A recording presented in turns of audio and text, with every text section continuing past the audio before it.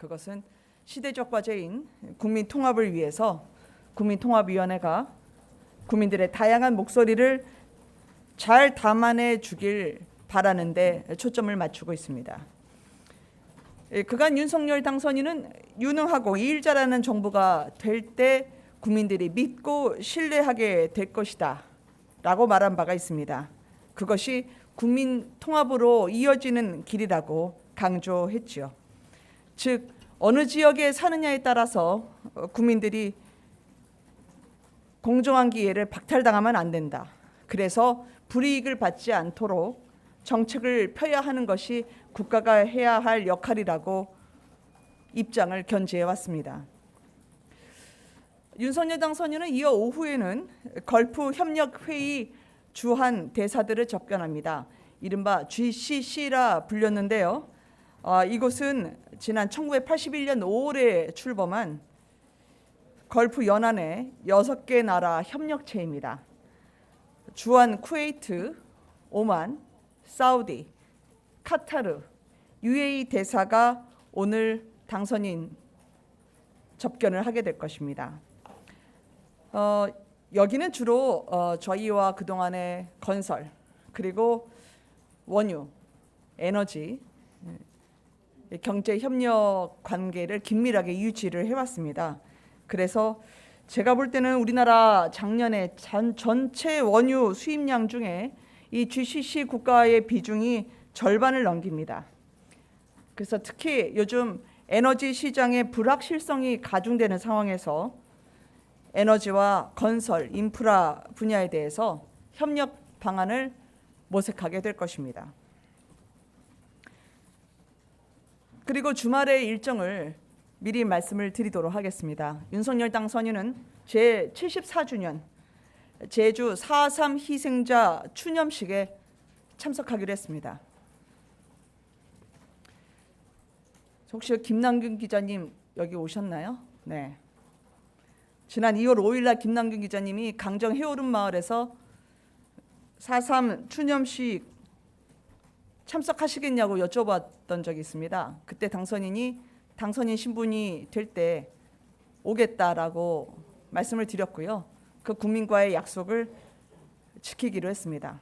또 지키고요. 대한민국이 자유민주주의 국가입니다. 이유 여하를 막론하고 양민이 무고하게 희생됐다고 하는 거에 대해서는 당선인은 넋을 기리고 추모하고 모든 국민이 함께 따뜻하게 보듬고 위로하는 게 자유민주 국가 국민의 도리고 의무라고 생각한다는 점을 여러 번 강조한 바가 있습니다. 그 제주길에 오르게 될 것입니다. 예, 이제 질문 받도록 하겠습니다. 네. 네, 오마이뉴스 박현광입니다.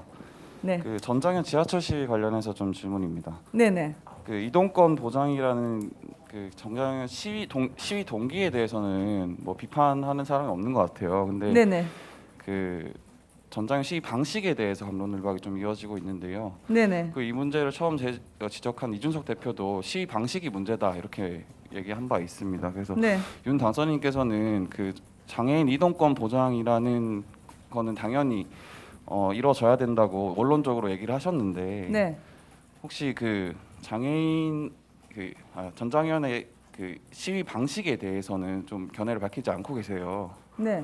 그 방식이 타당한지에 대해서 전장현 시위 방식이 타당한지에 대해서는 아직 밝히지 않고 계신데 네네. 그 윤 당선인께서 가지고 있는 견해에 따라서 앞으로 우리나라에서 있을 시위 양상이 좀 달라질 수도 있다 이렇게 생각이 좀 들더라고요. 그래서 네네. 윤 당선인께서는 좀 어떻게 생각하고 계신지 좀 궁금합니다. 여러 언론을 통해서 그리고 국민 여러분들께서 제기하시는 다양한 의견을 윤석열 당선인은 듣고 있습니다. 그리고 무엇보다 저희가 강조해드리고 싶은 것은 그분들이 20여 년 동안 간절하게 바랬던 그런 이동권의 확보에 대해서 그리고 저희가 확충해드리는 부분에 대해서도 앞으로 더욱 노력하겠다 그렇게 말씀을 드립니다. 네, 다음 질문. 제가 아까 질문에 대한 답변으로 가름해드렸습니다. 네, 예, 또 답변. 드릴 수 있는 질문을 마이크를 부탁드립니다. 네.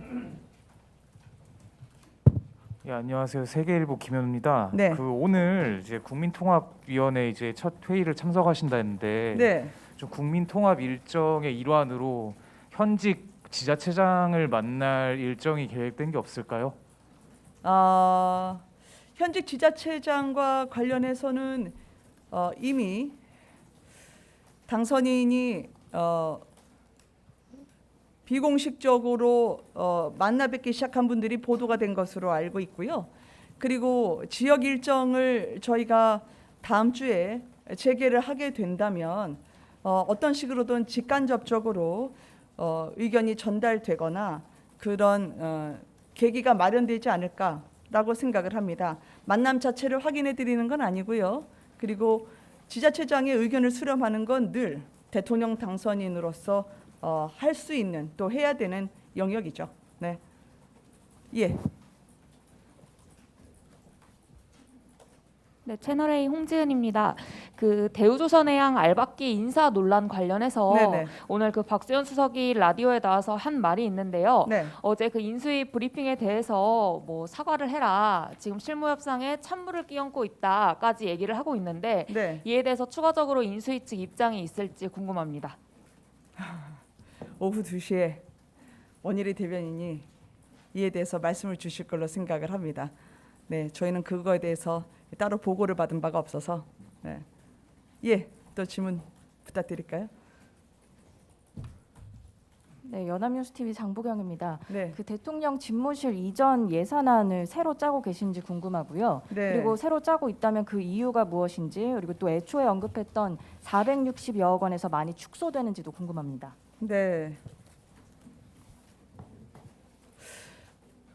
용산과 관련해서는 근데 사실 어제 제가 드렸던 답변에서는 크게 변하지 않았습니다. 그것은 청와대에서 문재인 대통령과 윤석열 당선인이 만났을 때 상호간의 협조라고 하는 합의된 문구가 국민 여러분들께 소개가 됐고요. 또 그런 공감대 속에서 지금 원활하게 의사소통이 이루어질 것으로 저는 생각을 하고 있습니다. 구체적으로 어떤 사안이 어떻게 계획이 되고 전개되는지에 대해서는 제가 알고 있지 못합니다. 또 말씀드렸던 장제원 실장과 이철희 수석관의 그런 소통과 협의 창구는 이번 주 내에도 이루어질 것으로 저는 알고 있습니다. 예. 굿모닝 경제 김혜진입니다. 안녕하십니까. 네, 어제 공개 비공개 여쭤보셨잖아요. 그렇죠? 네. 그 유승민 전 의원이 네. 어제 경기도지사 출마를 선언했습니다. 맞습니다. 혹시 거기에 대해서 윤석열 당선인의 그런 입장이란 게 있는지 궁금합니다. 이제 들어본 적이 없습니다. 그리고 그 지자체장의 인선과 공천과 관련해서는 이준석 당대표와 국민의힘이 그 공천 과정과 함께 당내 논의를 진행하게 될 것입니다. 네, 예, 방준원 기자. 네, 안녕하세요. KBS 방준원인데요. 네. 그 한미 정책 협의단이 4월 3일에 미국으로 출국하는 게 맞는지, 네. 또 조 바이든 대통령 예방도 계획이 돼 있는지 맞다면은 좀 궁금합니다. 4월 3일이 일요일인가요? 일요일이죠. 네. 예, 3월 3일에 출국하는 것이 맞다고 저는 알고 있습니다. 제가 정확하다면 잠정적으로는 한 5박 7일 일정이 되지 않을까 생각을 하고 있고요.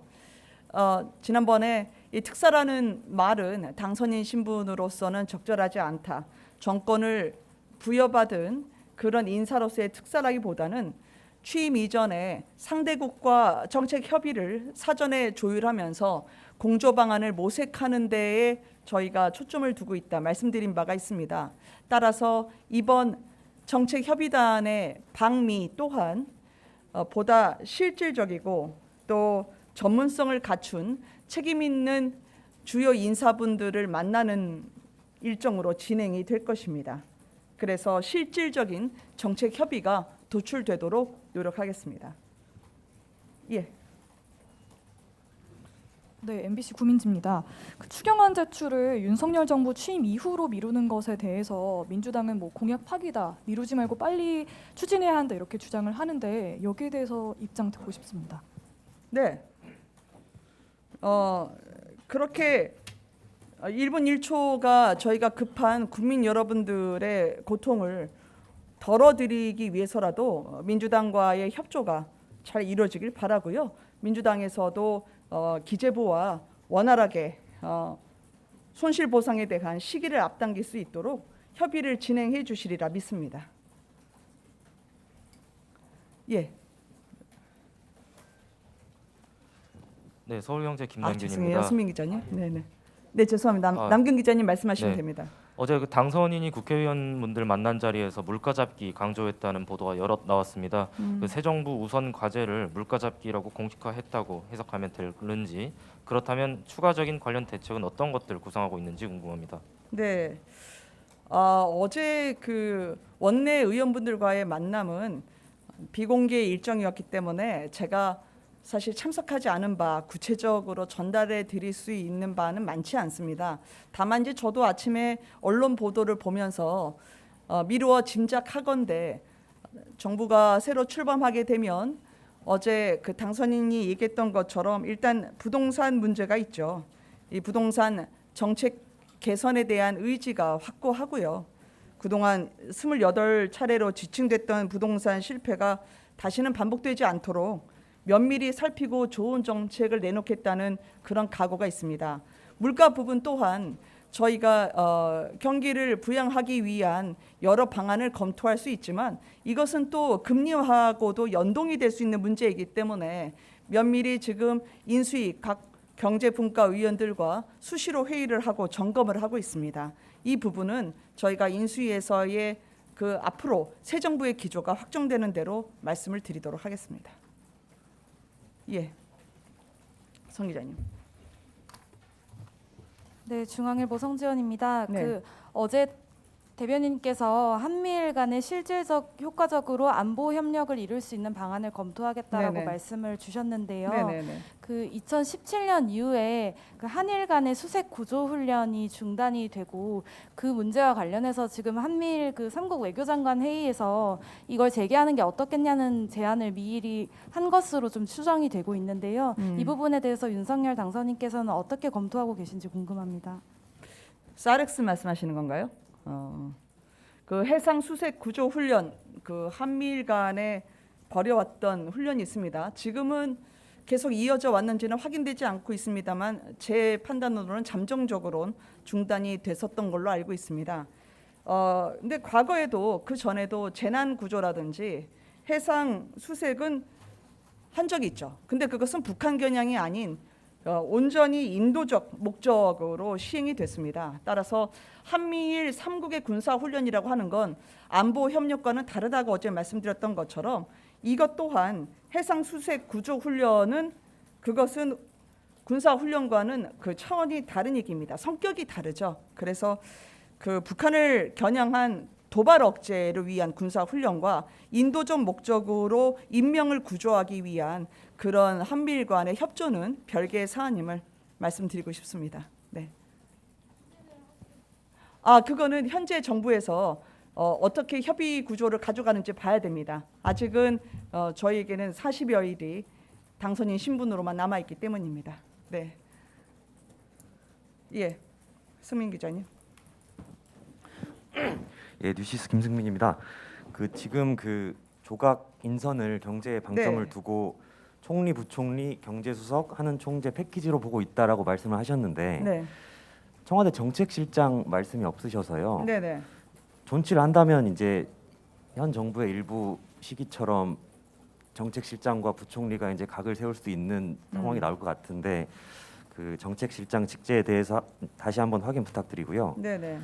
비서실장 관련해서 이제 당선인께서 젊은 분으로 보고를 해라 이런 네. 말씀을 하셨다고 보도가 됐는데 네. 총리가 이제 경제나 외교, 뭐 국민통합 이런 취지로 이제 인선을 하신다면 비서실장은 어떤 관점에서 보고 계신지 두 가지 여쭤봅니다. 제가 알기로는 저희가 대통령실을 운영하거나 내각을 운영할 때 따로 연령의 제한을 두는 것은 아닌 걸로 알고 있습니다. 나이가 기준이 아니라 국민의 민생을 책임지고 살필 수 있는 능력과 전문성 그리고 역량이라고 생각합니다. 당연히 도덕성은 기본으로 깔려 있는 거고요. 그렇기 때문에 정책실장의 또는 그 직제의 유지 또한 아직은 결정되지를 않았습니다. 정부 조직 개편에 대한 질문을 많이 주셨는데요. 이게 큰 틀 안에선 논의하고 있는 건 맞지만 기조분과에서 지금 당선인에게 보고된 바는 아직 없습니다. 그래서 결과가 나오는 대로 그때 같이 공유를 해드리도록 하겠습니다. 예, 저 뒤로 잠깐 다녀오겠습니다. 네, 안녕하세요. 이데일리 권홍석입니다. 네, 안녕하세요. 기자님. 지금 당선인께서 그 다음 달 3일에 총리 후 발표를 하시는지 그리고 지금 한덕수 총리가 유력하게 지금 거론이 되고 있는데 그 또한 지금 검토되고 있는 부분이 맞는지 좀 부탁드리겠습니다. 당선인께서 충분히 각계의 여러 의견을 듣고 있고 결정할 시간이 다가온 건 맞습니다. 낙점은 아직 이루어지지 않았지만 오래 기다리시지 않도록 하겠습니다. 네.